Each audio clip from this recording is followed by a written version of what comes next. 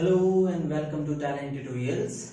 आज प्लेन का हम चौथा वीडियो कर रहे हैं और इससे पहले 3 वीडियो में हम जो है क्या कर चुके हैं, तो हम प्लेन का इक्वेशन निकालना सीख चुके हैं जब एक पॉइंट और एक नॉर्मल दिया हो।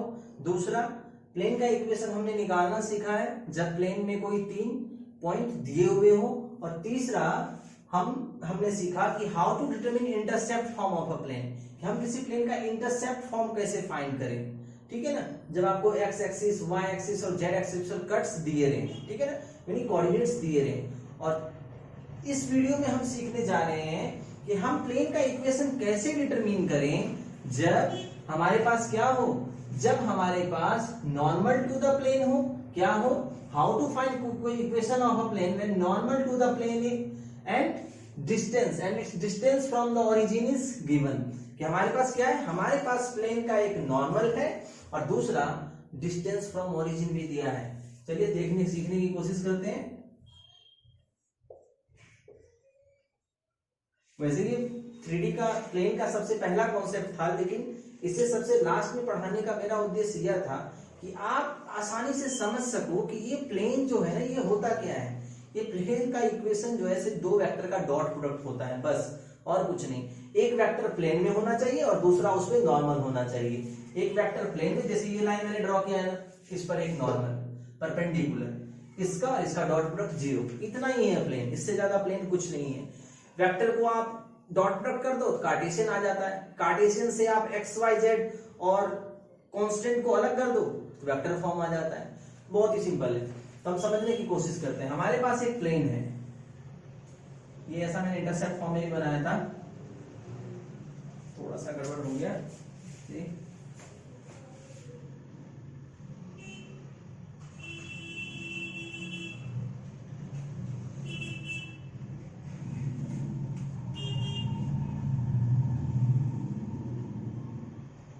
ठीक है, तो हमें दिया क्या है, ये हमारा एक्स एक्सिस है, ये वाई एक्सिस, ये जेड एक्सिस और ये हमारा है ओरिजिन।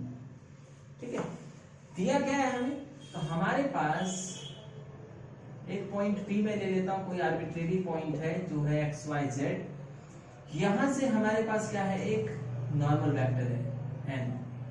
ठीक है, मैं लिख लेता हूं ऐसे।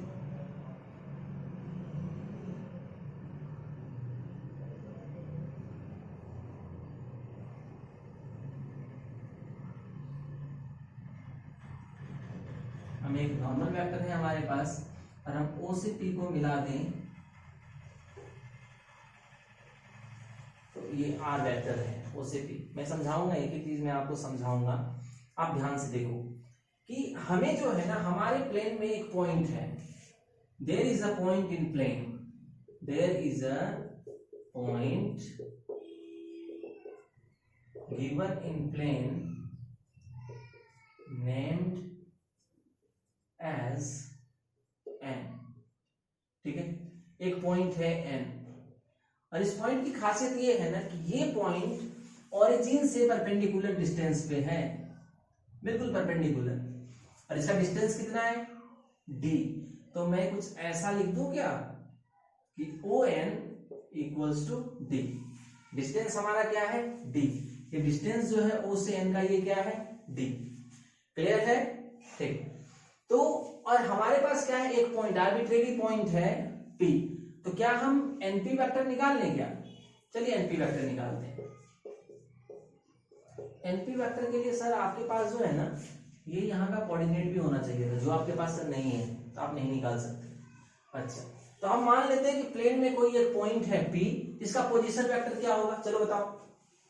OP क्या होगा, NP नहीं निकाल सकते, OP क्या होगा।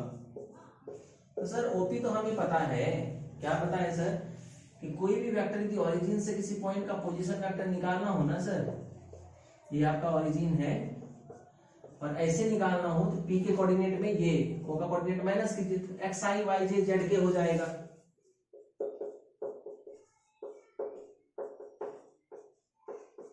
अच्छा, कुछ ऐसा है, ठीक है ना। तो ON को मैंने एक वेक्टर लिख दिया है, तो ON equals to, ON equals to D नहीं लिखूंगा, ON मैंने सिर्फ डिस्टेंस के रूप में लिया है। तो चलिए मैं ON वेक्टर भी लिख देता हूं।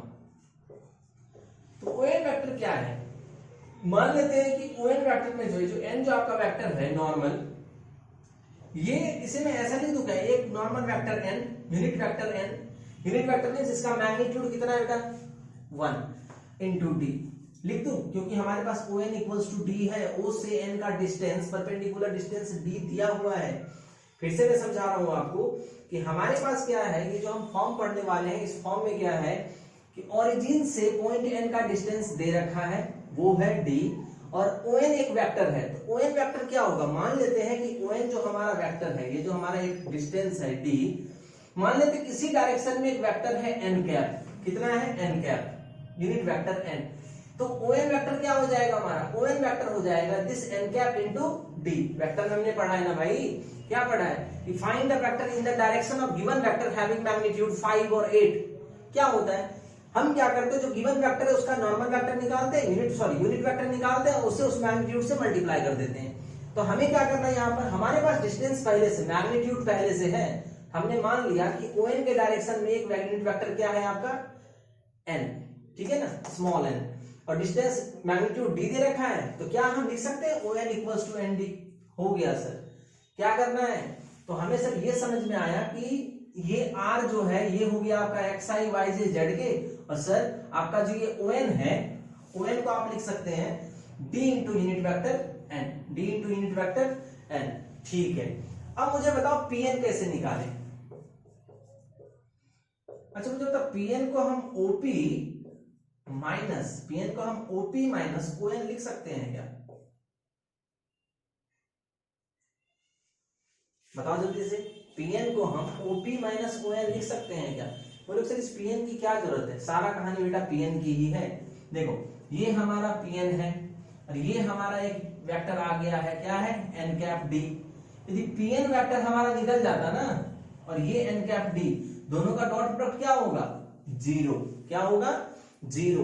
बोलोगे सर क्यों जीरो होगा, अरे अभी तो बोला हमने कि ON क्या है, परपेंडिकुलर है प्लेन पर, ON क्या है, परपेंडिकुलर है प्लेन पर, ये परपेंडिकुलर डिस्टेंस है d, ठीक है ना। तो हमारा Pn क्या हो जाएगा, OP माइनस ON। क्यों सर, नहीं समझ में आया, फिर से बताओ मुझे।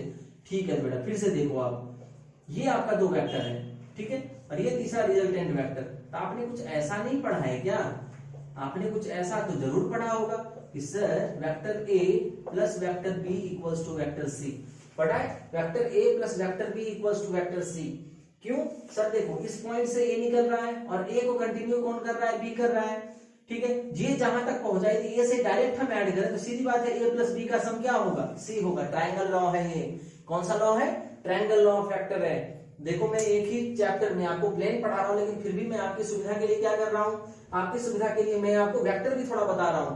तो बताओ लाइक बनता है कि नहीं, जल्दी से लाइक ठोको। तो क्या है आपका कि ये आपका A plus B equals to क्या हो गया, C। तो Pn equals to OP minus ON। ठीक है सर, ये समझ में हमें आ गया। तो अब करना क्या है हमें, तो हम लिखेंगे Pn dot ON equals to 0। क्यों सर, अभी तो बताया कि Pn और ON का डॉट प्रोडक्ट क्या होगा, 0 होगा। ठीक है सर, 0 हो गया। ये करना क्या है, चलिए डाल देते हैं Pn। तो Pn है क्या आपका, तो OP माइनस ON कर लेते हैं ना थोड़ा। तो ये है आपका OP।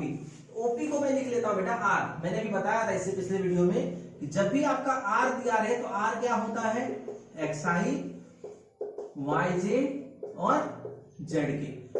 तो ये R है, OP वही तो है, तो क्या मैं इसे R लिख दूं, तो ठीक है सर, इसे लिख दो आप R माइनस ON। क्या निकला है आपका, क्या निकला है आपका ON है ND।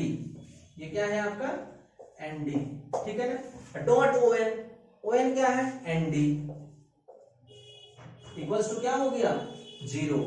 कर दे डॉट प्रोडक्ट, कर देते हैं सर। तो ठीक है, क्या लिखेंगे इसे लिखेंगे R डॉट N। देखिएगा ध्यान से, R dot N D minus unit vector n। अच्छा, दो वेक्टर का डॉट कर देना तो यूनिट सेम वेक्टर हो तो स्क्वायर चढ़ जाता है, ठीक है ना, मैग्नीट्यूड का स्क्वायर। d इक्वल्स टू क्या हो जाएगा, 0। क्या हो जाएगा, 0। 0 कैसे होगा, यहाँ d इंटू डी स्क्वायर भी तो होगा।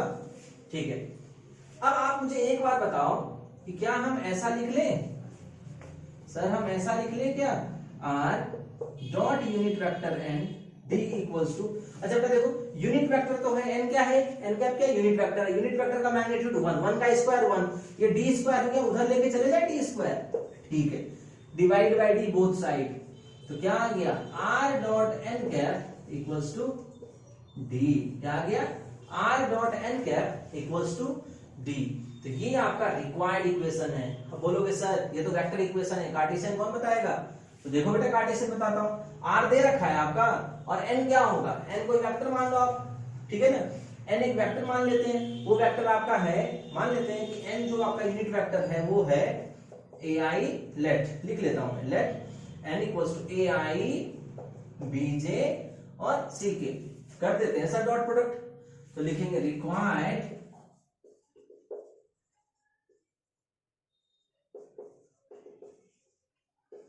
कार्टेशियन इक्वेशन इज, क्या होगा, मैं डॉट प्रोडक्ट करें, डॉट प्रोडक्ट तो पता ही है, 36 सेकंड का वीडियो है, देख क्यों नहीं लेते तुम लोग, a इंटू एक्स, तो ax plus by plus cz equals to d, ये आपका रिक्वायर्ड कार्टेशियन इक्वेशन है।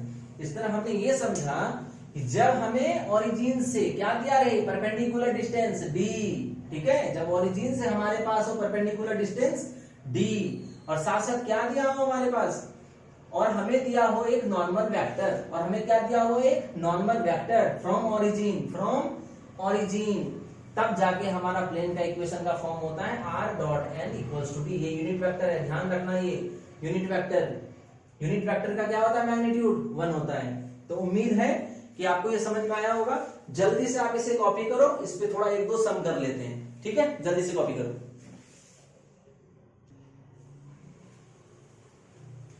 एक बात मैं आप लोगों को बता दूं, थोड़ा वो पीछे थोड़ा छूट गया था, बोर्ड भी कंप्लीट हो गया था ना, तो जैसे कि आपने लिखा था ना n r dot n equals to d, तो आपको यह ध्यान रखना है कि n क्या है, एक यूनिट वेक्टर है। तो यूनिट वेक्टर को लिखने का हमारे पास एक और तरीका होता है, मैं इसे लिखता हूं li mj और nk। बोलोगे सर क्यों, क्योंकि देखो बेटा आपके पास ये वेक्टर है ना, तो इसे आप लिख सकते हो ai bj ck, क्योंकि ये नॉर्मल वेक्टर, सिंपल वेक्टर है, लेकिन ये एक यूनिट वेक्टर है। यूनिट वेक्टर का जो मैग्नीट्यूड होता है ना वो क्या होता है 1, जबकि नॉर्मल वेक्टर का मैग्नीट्यूड जो है ना वो 1, यानी आप जो है ये नॉट इक्वल्स टू 1 होता है, it means a square plus b square plus c square not equals to 1। तो ये थोड़ा आप कंफ्यूज हो जाओगे, इसलिए थोड़ा सा इक्वेशन में चेंज करना है। क्या चेंज करना है, आपको लिखना है r, ठीक है, li mj nk equals to d, और r पता था क्या है, r पता है आपको, मैं इसे मिटा के लिख देता हूं xi yj z के,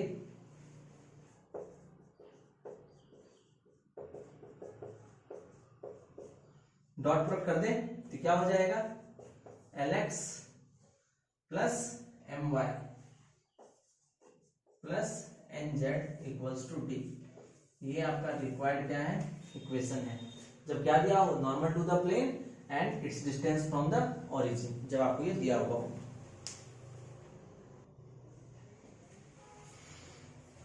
चलिए पहला क्वेश्चन करते हैं हम, जो भी हमने कॉन्सेप्ट सीखा है कि find the vector equation of the plane which is at a distance of 6/√29।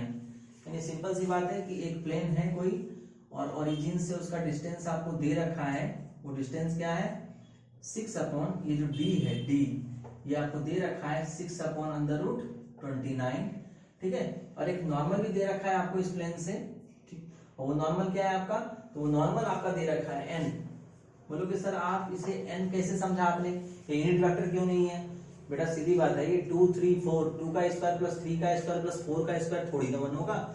और एक चीज और है कि नॉर्मल वेक्टर, जब आप यूनिट वेक्टर की बात करते हैं ना, तो मोस्ट ऑफ द टाइम उसके डिनोमिनेटर में आपको कुछ ना कुछ दिखेगा, मोस्ट ऑफ द टाइम, ठीक है ना, मोस्ट ऑफ द टाइम उसके डिनोमिनेटर में कुछ ना कुछ दिखेगा। सिर्फ आई वेक्टर है, ये अपने आप में यूनिट है, जे है यूनिट है, के यूनिट है, आई प्लस जे या माइनस जे भी आया ना, तो विदाउट डिनोमिनेटर वो यूनिट वेक्टर हो ही नहीं सकता, ठीक है ना। तो ये बातें आपको समझनी है और करते करते आपको समझ में आ जानी चाहिए, इसे ही तो अनुभव कहते हैं। तो ये आपका नॉर्मल वेक्टर दे रखा है, क्या दे रखा है, 2i minus 3j plus 4k। तो भाई हमारा रिक्वायर्ड फॉर्म क्या है, वी नो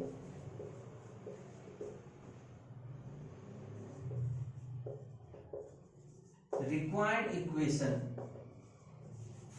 ऑफ प्लेन।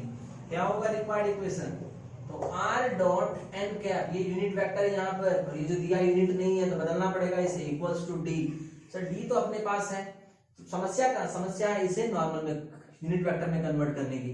तो पहले इसका मैग्नीट्यूड निकाल लें, तो मैग्नीट्यूड बताइए, 2 का स्क्वायर 4, 3 का स्क्वायर माइनस 3 का स्क्वायर 9, 4 का स्क्वायर 16। सर ये आ गया आपका अंडर रूट 29। बहुत बढ़िया। तो फिर क्या करना है, तो आपका यूनिट वेक्टर n जो हमें चाहिए, जो हमारा रिक्वायरमेंट है, equals to vector n upon magnitude of n। तो कितना हो गया आपका वेक्टर n, क्या है, ये तो दे रखा है, तो क्या हम इसे ऐसा लिखते हैं क्या, 2 upon under root 29i minus 3 upon under root 29j plus 4 upon under root 29k। ठीक है, इसे यहां डाल देते हैं, तो क्या हो जाएगा आपका, तो इसे मैं लिखता हूं r डॉट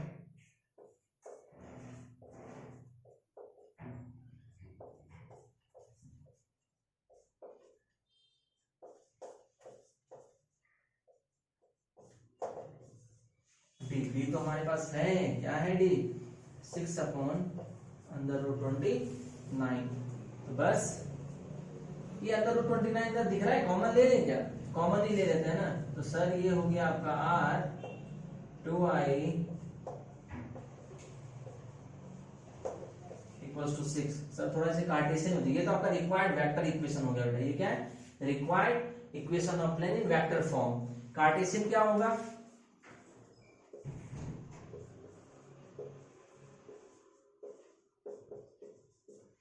कर दे मल्टीप्लाई, ये xi yj z के होता है, तो आपका हो जाएगा ये 2x minus 3y plus 4z equals to 6।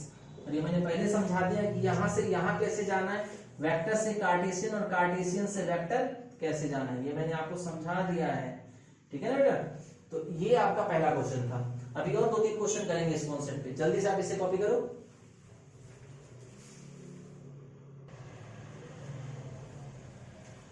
ये हमारा दूसरा क्वेश्चन है प्रैक्टिस का, कि find the distance of the plane 4x plus 3y minus 12z minus 8 equals to 0 from the origin. जब भी ओरिजिन की बात आए ना, कोई भी प्लेन हो, ओरिजिन की बात आए ना, तो आपको हमेशा कौन सा फॉर्म याद आना चाहिए, r dot n equals to d, जब भी ओरिजिन की बात है। और याद रखिएगा ये आपका क्या है, ये आपका यूनिट वेक्टर है। अब आपको समझ में आया होगा कि मैंने सबसे पहले वीडियो लेक्चर में ये क्यों नहीं पढ़ाया, थोड़ा सा कंफ्यूजन होता, क्योंकि मुझे पहले इक्वेशन ऑफ प्लेन समझाना था। ये कुछ नहीं है, दो वेक्टर का डॉट प्रोडक्ट है, इतना आपको समझ में आ गया। प्लेन का इक्वेशन कुछ नहीं है, दो वेक्टर का क्या है, डॉट प्रोडक्ट है। एक वेक्टर प्लेन पे लाई करता है और दूसरा वेक्टर जो है वो प्लेन पे परपेंडिकुलर होता है, बस। और यहाँ पर क्या है कि r minus n equals to d, n हमेशा यूनिट वेक्टर होगा। ठीक है ना, यूनिट वेक्टर। नॉर्मल वेक्टर में क्या होता है, उसमें डायरेक्शन रेशियोज होते हैं, और यूनिट वेक्टर में क्या होता है, डायरेक्शन कोसाइन होता है। पता होगा आपको, आई जे के का कोफिशिएंट यूनिट वेक्टर में डायरेक्शन कोसाइंस कहलाता है, जबकि नॉर्मल वेक्टर में क्या कहलाता है, डायरेक्शन रेशियोज कहलाता है। तो हमारे पास एक प्लेन का इक्वेशन है, तो चलिए सॉल्यूशन करते हैं इसका। Given 4x plus 3y minus 12z equals to 8, लिख ले क्या, ये माइनस 8 था, उधर जाके प्लस हो गया। अब आप लोग बोलोगे सर कभी यहाँ प्लस होता तब क्या करते, सर प्लस होता ना, उधर जाता प्लस माइनस में जाता, लेकिन हम इधर से माइनस कॉमन लेके उधर भेज देते। ठीक है ना, जैसे मैं आपको समझा दूं कि आपके पास ऐसा होता। इसी क्वेश्चन को थोड़ा चेंज करते हैं ना,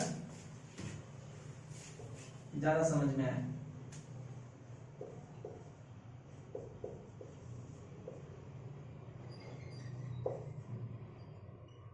और जैसे प्लस 8 होता,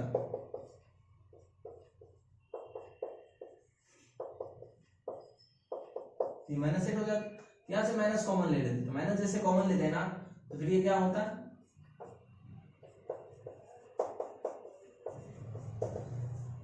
या माइनस माइनस कर, तो आपका इक्वेशन ऐसा हो जाता है।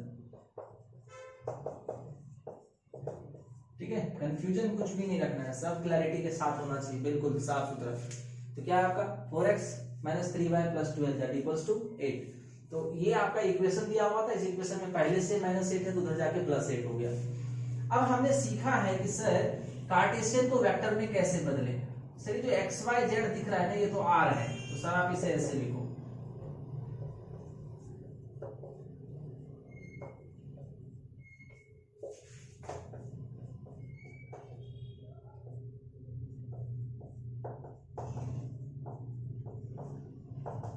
अच्छा सर यही डॉट प्रोडक्ट होके जो है ना क्या हुआ होगा, 4 into X 4x, 3 into Y 3y minus 12 into Z minus 12z equals to 8।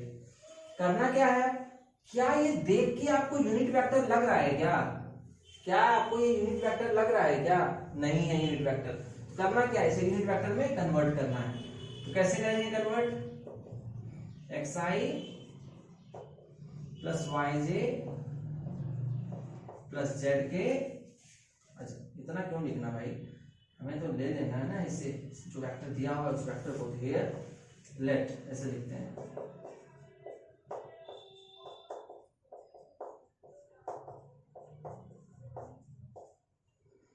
Magnitude निकाल लेते हैं, कितना होगा 4 4 जा 16, 3 3 जा 9 माइनस 12 12 जा 144, ठीक है ना।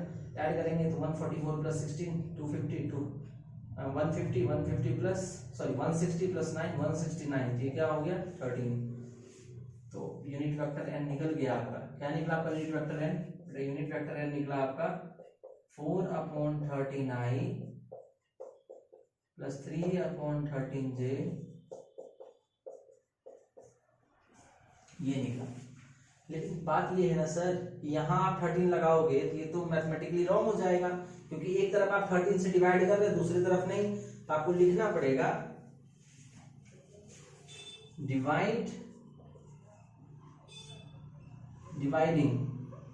Dividing both side by 13, dividing both side by 13। तो ये आपका r हो जाएगा, ये r हो जाएगा डॉट 4/13i 13j 8/13। तो सर ये तो हो गया आप नॉर्मल फॉर्म में, ये तो आपका यूनिट वेक्टर दिखने लगा। तो sir r dot n equals to d, तो r dot n equals to d, तो सर यही है आपका डिस्टेंस फ्रॉम ऑरिजिन। सो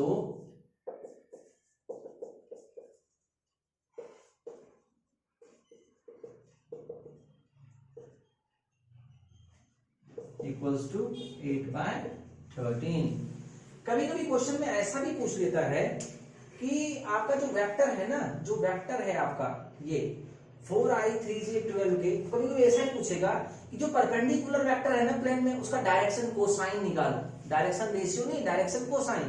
क्योंकि जो वेक्टर दे रखा है ये 4 3 माइनस 12, तो डायरेक्शन रेशियो है ही, किसी भी वेक्टर का, किसी भी नॉर्मल वेक्टर का यूनिट ना हो वो i j k का कोफिशिएंट डायरेक्शन रेशियो कहलाता है। तो फिर क्या है, जब इसे आप यूनिट वेक्टर में कन्वर्ट करेंगे तो फिर i j k का कोफिशिएंट क्या कहलाएगा, डायरेक्शन कोसाइन कहलाएगा, ठीक है ना। तो डायरेक्शन कोसाइन कभी पूछ ले तो ये हो जाएगा 4/13 3/13 माइनस 12/13, ठीक है। तो मुझे उम्मीद है कि आपको ये वीडियो पसंद आया होगा। तो वीडियो पसंद आया तो आप इस वीडियो को लाइक करें, ज्यादा से ज्यादा लोगों तक शेयर करें, और इस चैनल को जरूर सब्सक्राइब करें और बेल आइकन दबाना बिल्कुल ना भूलें। Thank you so much.